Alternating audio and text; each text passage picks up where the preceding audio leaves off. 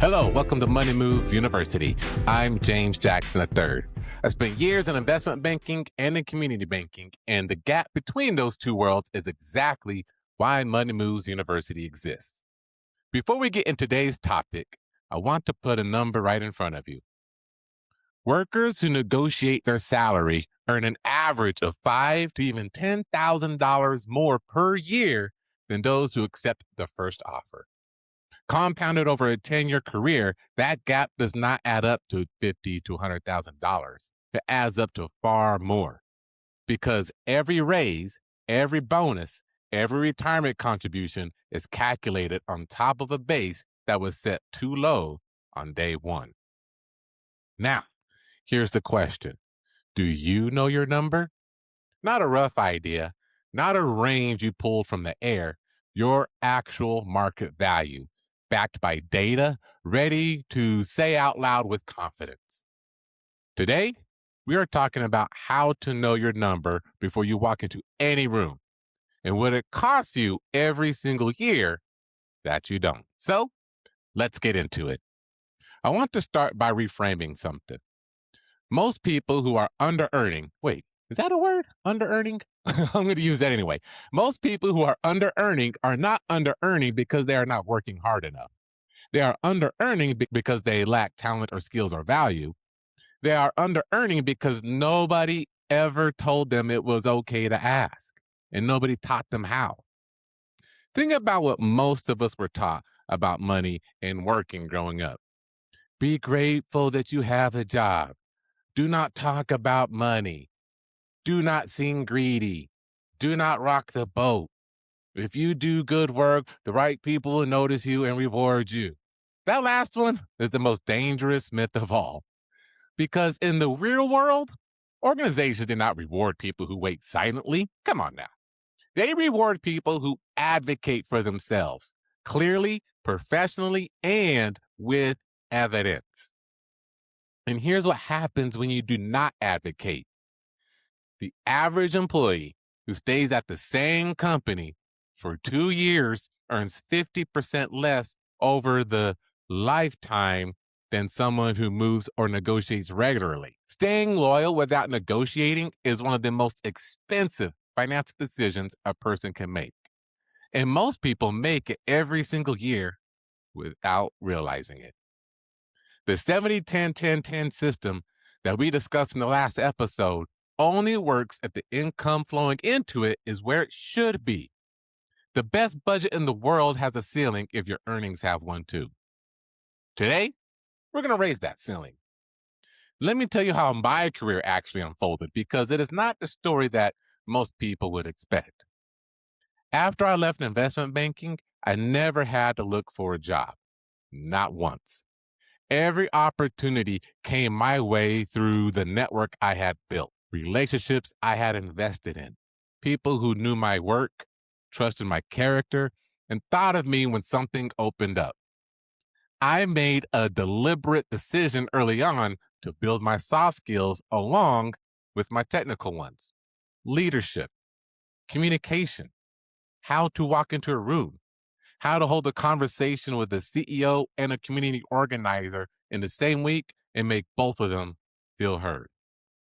And as those skills grew, the opportunities grew with them. Bigger rooms, bigger conversations, bigger roles. But here's what I'm not going to skip over because this is the most important part of the story. Early in my career, I undervalued myself. I was in a conversation, a real opportunity, a role I wanted, and they asked me, what was I looking for in terms of salary? And I froze. Not because I was not qualified, not because I did not deserve it, because I had not done the work. I did not know my number. I had not researched the market. I had not walked into that conversation prepared. So I gave a range that was too low, and they accepted it immediately, which told me everything. I left money on the table that day, and it was not a small amount. Because whatever you accept as your base follows you. Every raise is a percentage of that number. Every future offer starts from that number as a reference point. The number you accept today is the floor you build everything else on. And I set my floor way too low. And I learned from that. And I kept learning. Today, when I am walking into any conversation about compensation for myself, for the work Money Moves University does, for anything I am pricing or negotiating, I come prepared. I use every tool available to me: research, market data, and yes, AI tools to help me sharpen my pricing and understand where my value sits in the current market. Because here's what I know now that I did not know then: negotiation is not arrogance, it is preparation. And preparation is something anyone can do. So, all right, here's the framework. 4 things you need to know before you walk into any room where your compensation is on the table. You ready? Here they are. Step 1: research the market rate, not just what you think you are worth. Use Glassdoor, LinkedIn Salary, the Bureau of Labor Statistics, and levels.fyi if you're in tech. Look up your exact title and your exact geography. If you are remote, know what both your local market and the national market are paying. Write down the range: the 25th percentile, the median, and the 75th percentile. You want to know all 3. Step 2: know your total compensation picture, not just the base salary. Salary is one line item. You still got health insurance, retirement matching, PTO, bonus structure, equity, remote flexibility, professional development budget. All of them have a value. So before you negotiate, add up what your current total package is worth and research what the market total looks like. Sometimes the base is low, but the full package is competitive. Sometimes it is not. You need to know which one you are dealing with. Step 3: build your case. Have receipts. You are not walking in to say, I deserve more. You are walking in with evidence. What have you delivered? What problems have you solved? What revenue did you protect, generate, or save? What did you take on that was not in your original job description? Write it down. All of it. Quantify it where you can. I led the project that reduced client onboarding time by 30%. That is a negotiation. I worked really hard. That's not. Step 4: prepare your response to the salary question before it is asked. The single biggest mistake most people make is waiting to figure out what to say until they're already in the conversation. By then, it is too late.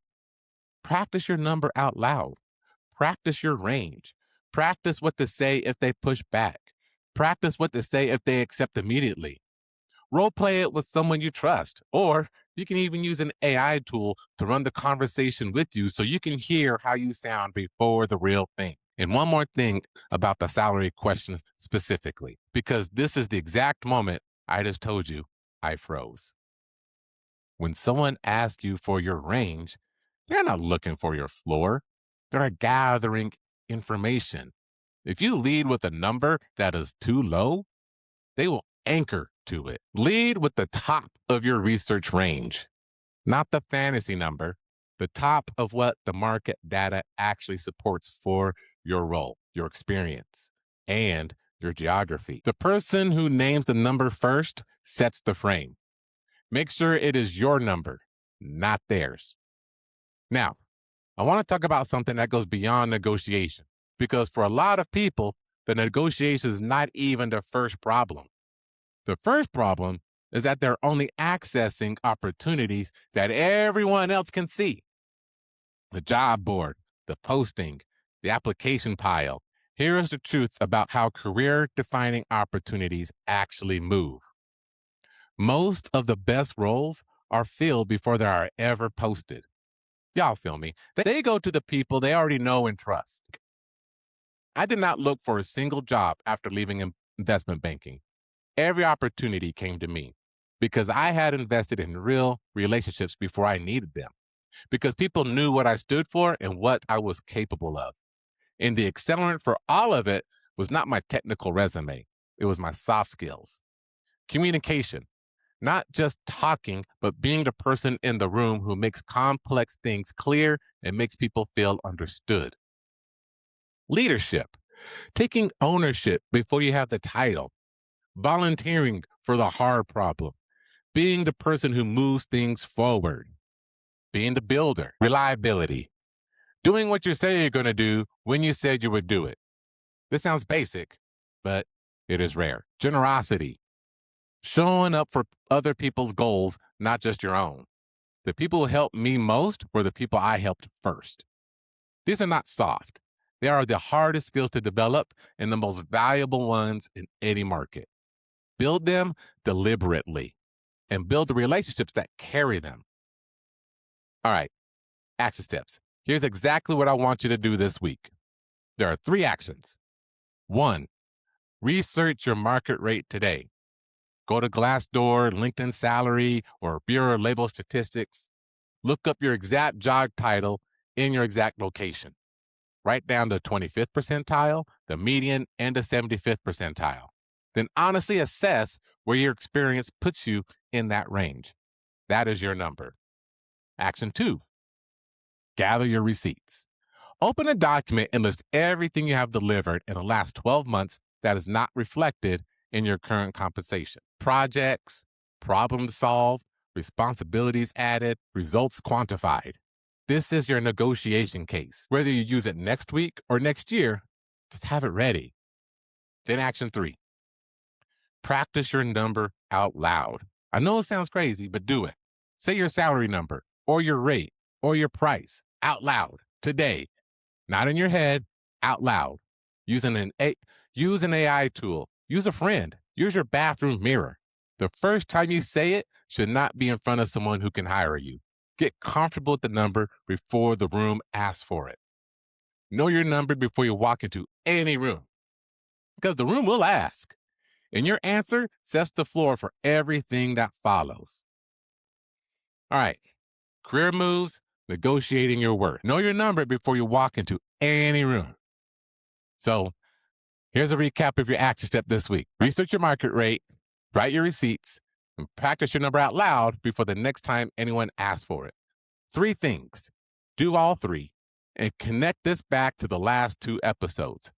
The goal you set in episode 2 and the budget system you built in episode 3, both of them grow when your income grows. Every dollar of income you leave on the table is a dollar that never makes it into your 4 buckets, 70, 10, 10, and 10, right?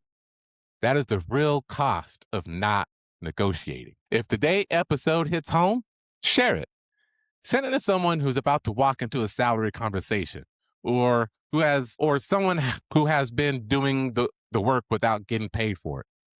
This one is for them. And of course, if your organization is looking for financial education, your team can actually use and your institution can measure, visit moneymovesuniversity.com. Next time on Money Moves University, we're going to go through the basic banking system. Stop paying fees and start building. We have talked about income. We have built a budget. Now let's make sure the institution holding your money is actually working for you, not the other way around. I'm James Jackson III. Know your number. Keep building, keep moving, and I'll see you in the next episode.